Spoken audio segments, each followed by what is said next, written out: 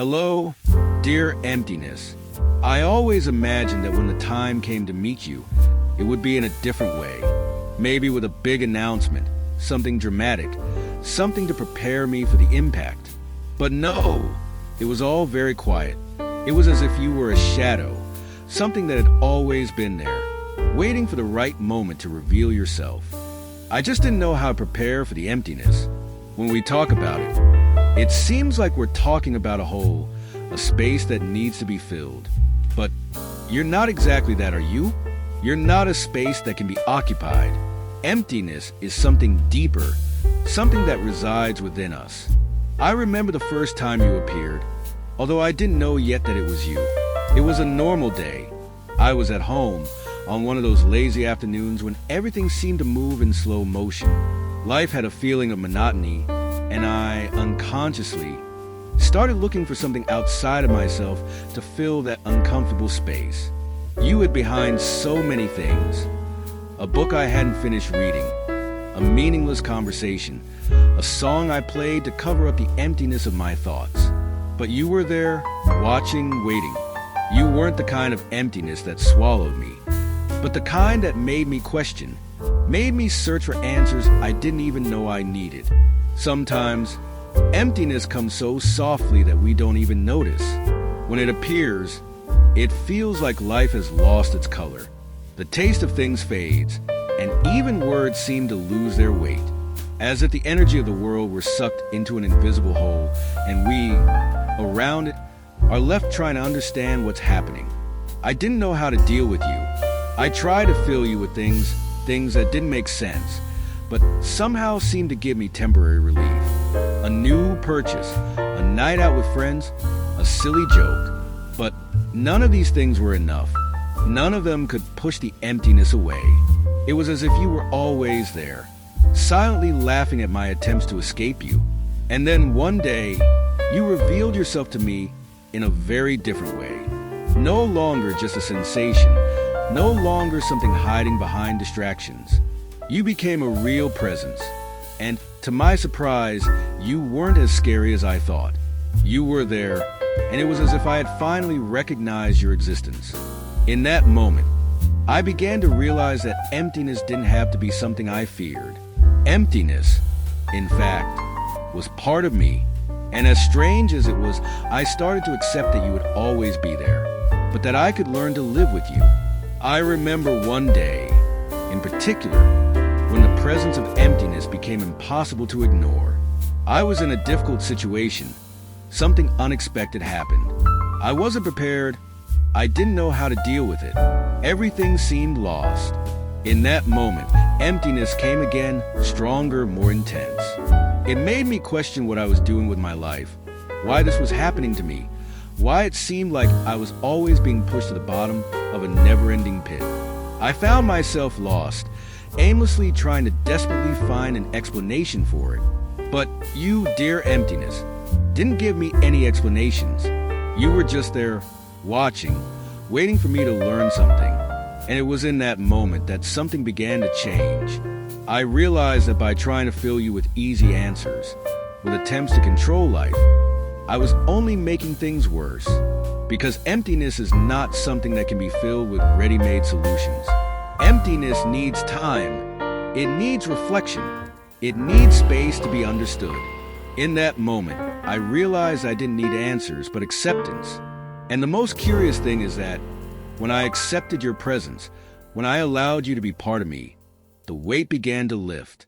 It was then that life began to make sense in a way I had never experienced before. Emptiness became less oppressive, not because I found a solution for it, but because I stopped fighting against it. I stopped trying to fill something that, in fact, was part of me. I began to understand that emptiness is a question that we all carry within us, but not a question that needs an immediate answer. It's a question that teaches us to stop, to reflect, to accept that sometimes there are no answers, and that's okay. Emptiness is not an enemy. Emptiness is part of our growth process. It's necessary, just like pain, sadness, and moments of uncertainty. They are the invisible teachers that show us who we really are. Life often puts us in situations that challenge us to deal with emptiness in different ways. Sometimes it appears when we lose someone we love, when what seemed eternal is gone.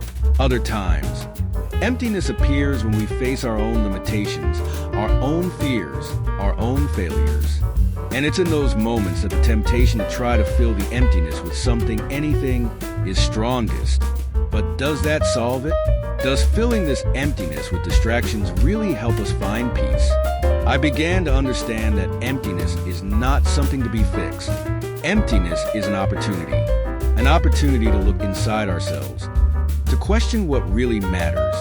I learned to listen to the silence that emptiness brings, to hear the questions without answers, and paradoxically, I found more clarity than I ever imagined.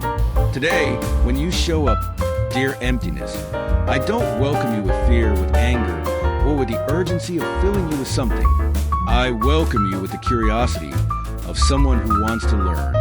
I accept you as part of my life, a part that teaches me, that shows me what I need to see.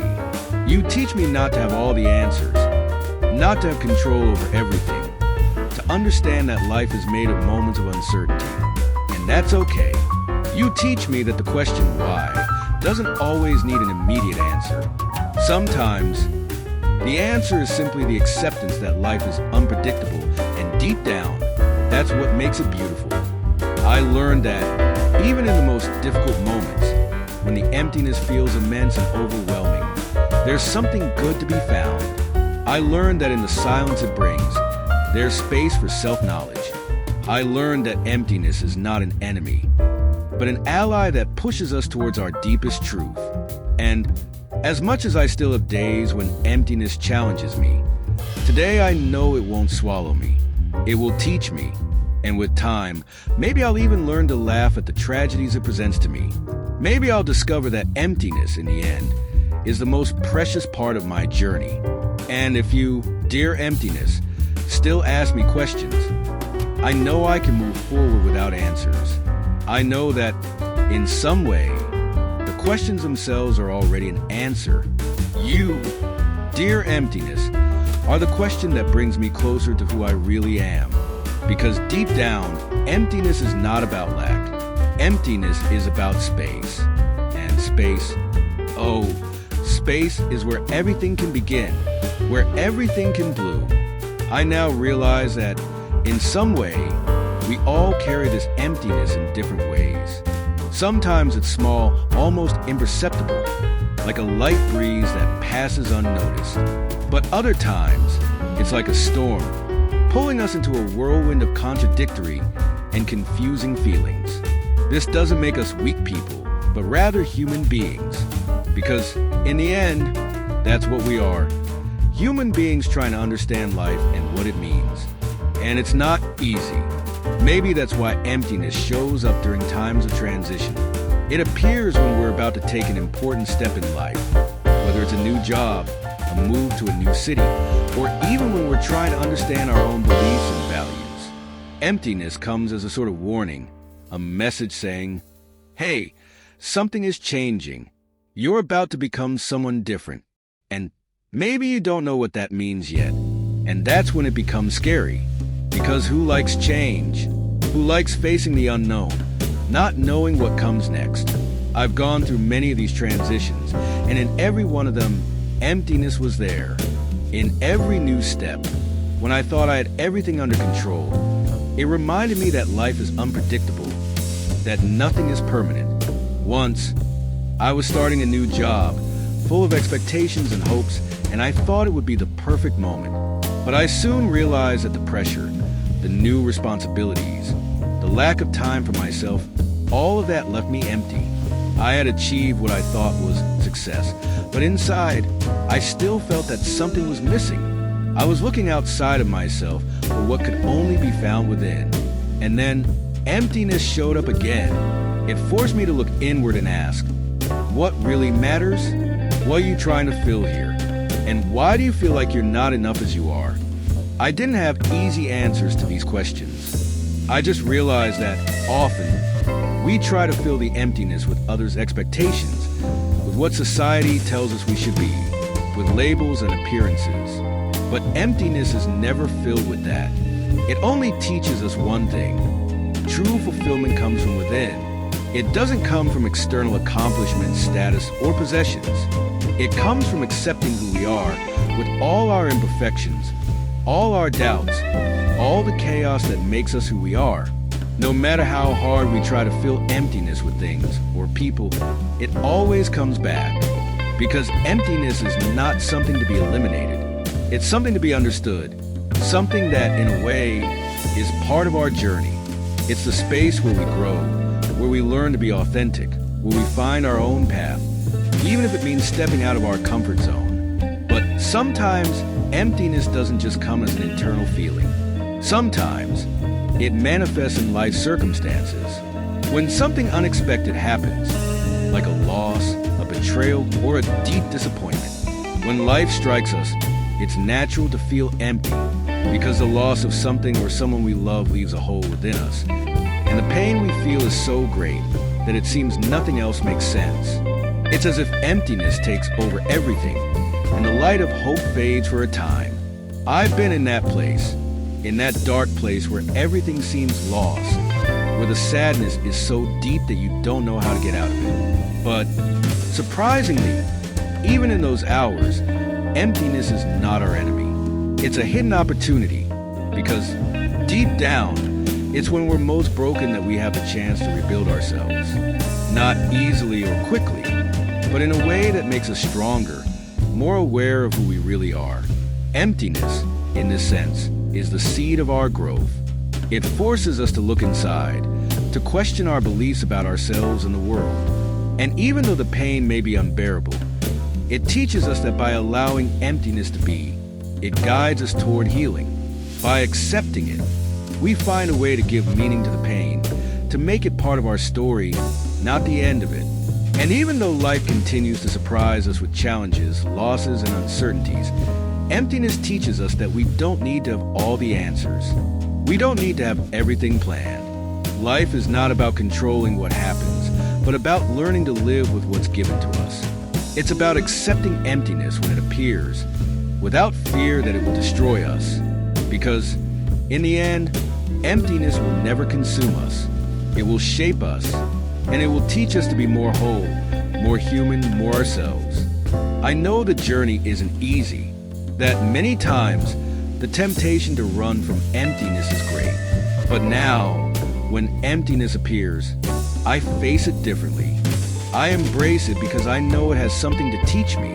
I know that no matter how uncomfortable it may be, emptiness is part of the process of living. And it's exactly in this space that things happen. It's in this emptiness that we find our truth, our essence, what really matters. And instead of trying to fill it with ready-made answers, I've learned to simply be with it, to listen to it, because in the silence of emptiness, there's a wisdom that we often ignore. I now realize that emptiness is not an enemy. It's a necessary part of our journey, a part that challenges us to grow and become more conscious. And even if we don't have all the answers, even if emptiness still surprises us in difficult times, we now know that it's just a step on the path of our evolution. It's not the end of the road. It's just the beginning of a new way of seeing life, of understanding ourselves, of learning to live with the questions and sometimes with the absence of answers. And so, dear emptiness, instead of turning away from you, I choose to walk by your side because I know that with time, with every step I take, your weight will lessen. And in the end, what remains is the understanding that deep down, there is no emptiness at all. There is only space. Space for what really matters. Space for what can arise when we let life flow without desperate attempts to control or fill what doesn't need to be filled. Because in the end, emptiness is not the lack of something. Emptiness is what makes everything possible.